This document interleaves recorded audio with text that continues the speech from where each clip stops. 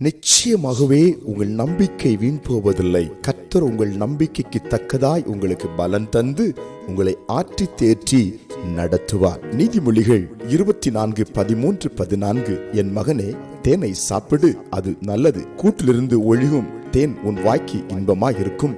அப்படியே ஞானத்தை அறிந்து கொள்வது உன் ஆத்துமாவுக்கு இன்பமாய் இருக்கும். அதை பெற்றுக்கொண்டால் அது முடிவில் உதவும். உன் நம்பிக்கை வீண் போகாது. அன்புக்குரியவர்களே, தேனை சுவைத்து சாப்பிடுவது போல கர்த்தர் நல்லவர் என்பதை ருசிக்க வேண்டும் என்று வேதம் நமக்கு கற்றுக் கொடுக்கிறது.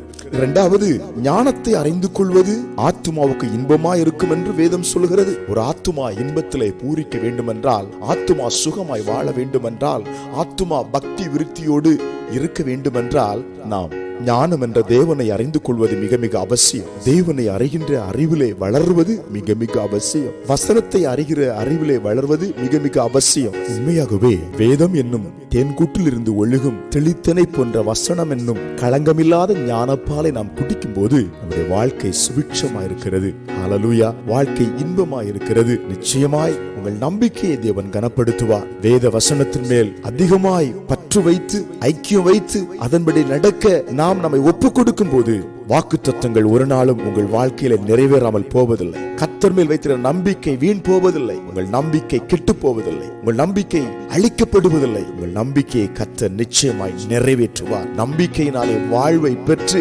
நீங்கள் ஆசீர்வதிக்கப்படுவீர்கள். ஆமென். எனவே இந்த காலை வேளையிலே வசனத்தின் மேலும் இயேசுவின் மேலும் ஆழமான ஐக்கியம் வைத்து முன்னேறுவோம். ஆண்டவருடைய ஆசீர்வாதங்களை பெற்றுக் கொள்வோம். ஜெபிப்போம். பரலோக பிதாவே, இந்த காலை வேளையிலும் உம்முடைய பிள்ளைகளுடைய நம்பிக்கைகளை தேவன் கனம் பண்ணுவதற்காய் ஸ்தோத்திரம். ஒருபோது நம்பிக்கை வீண் போவது இல்லை அப்பா. இப்பொழுதே விசுவாசிக்கிற இவர்களுக்கு அற்புதத்தை செய்ய ஆண்டவர் இறங்குவதற்காய் ஸ்தோத்திரம், தொடுவதற்காய் ஸ்தோத்திரம். இயேசுவின் நாமத்தில் ஆமென்.